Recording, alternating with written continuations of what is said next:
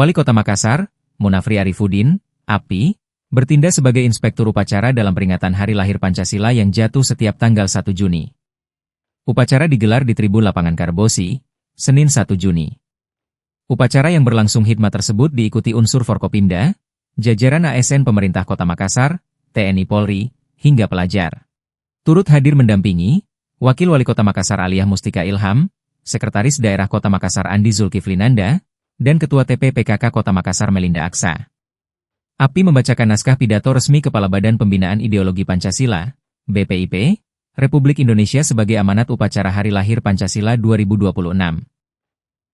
Ia menegaskan bahwa Hari Lahir Pancasila bukan sekadar seremoni tahunan, melainkan momentum refleksi untuk memastikan nilai-nilai Pancasila tetap hidup dan menjadi pedoman dalam kehidupan berbangsa dan bernegara. Lebih dari sekadar seremoni tahunan, hari ini adalah momen refleksi untuk memastikan bahwa api Pancasila tetap menyala dalam jiwa setiap insan Indonesia, jelasnya. API menjelaskan bahwa Pancasila merupakan jangkar moral bangsa dalam menghadapi berbagai tantangan global. Mulai dari disrupsi teknologi hingga dinamika geopolitik dunia.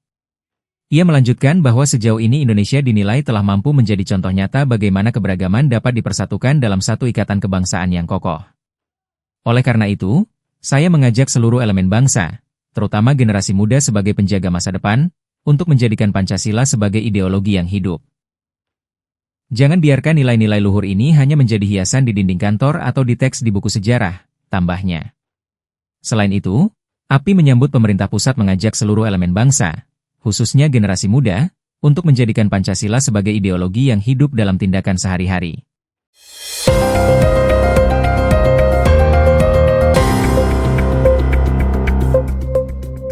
Timnas Indonesia resmi mengumumkan daftar 23 pemain yang dipersiapkan untuk menghadapi agenda FIFA Matchday pada Juni 2026.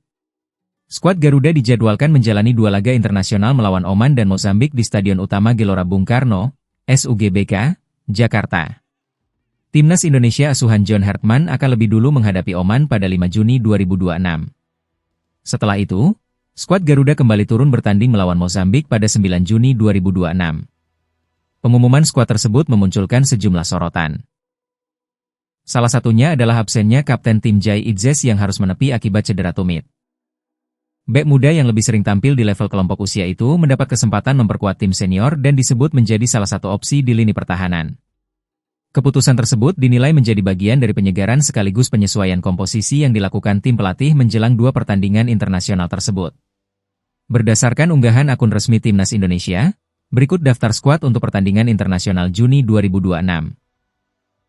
Emil Audero, Martin Paes, Nadeo Argawinata, Kevin Dix, Yakob Sayuri, Rizky Ridho, Sandy Walsh, Elkan Bagot, Muhammad Ferrari, Justin Hubner, Nathan Choyaon, Doni Tripamungkas, Mateu Baker, Joey Pelupesi, Raihan Hanan, Kelvin Verdong, Ivar Jenner, Beckham Putra, Ragnar Oratmangoen, Ula Romeni, Mauro Zijelstra, Marcelino Ferdinand, Sadil Ramdhani.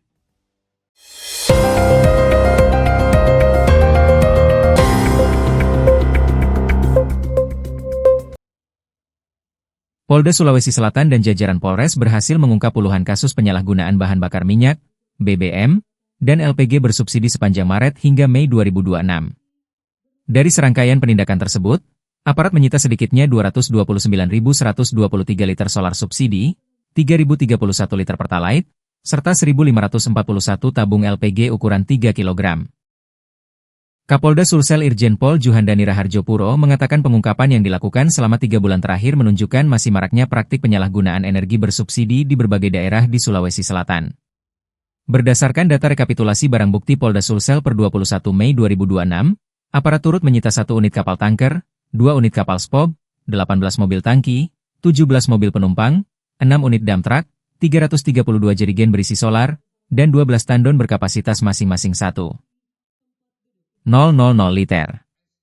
Pengungkapan terbesar berasal dari Ditreskrimsus Polda Sulsel melalui Subdit 4 Tipiter yang menangani kasus dugaan penyelewengan solar menggunakan kapal tanker.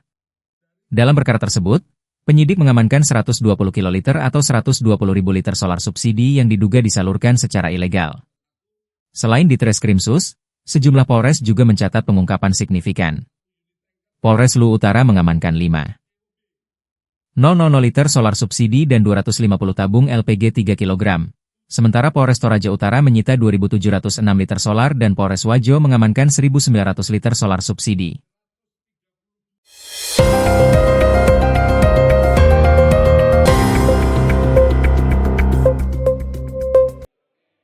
Tim nasional, Timnas, Indonesia mengawali langkah di Piala AFF U19 atau ASEAN U19 Bas Championship 2026 dengan hasil meyakinkan.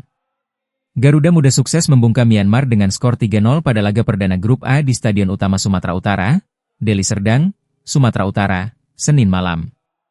3 gol kemenangan Indonesia dicetak Arhan Kaka pada menit ke-39 dan 2 gol Dimas Wicaksono masing-masing pada menit ke-77 dan 86.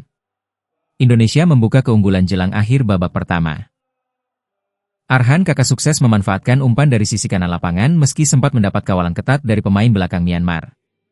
Sepakan pemain bernomor punggung 8 itu membawa Indonesia unggul 1-0 hingga turun minum. Memasuki babak kedua, Indonesia terus berupaya menambah keunggulan. Gol kedua akhirnya tercipta pada menit ke-77 melalui Dimas Wicaksono. Dimas berhasil memanfaatkan kesalahan kiper Myanmar yang gagal mengamankan bola umpan dari pemain belakangnya. Dimas kembali mencatatkan namanya di papan skor pada menit ke-86.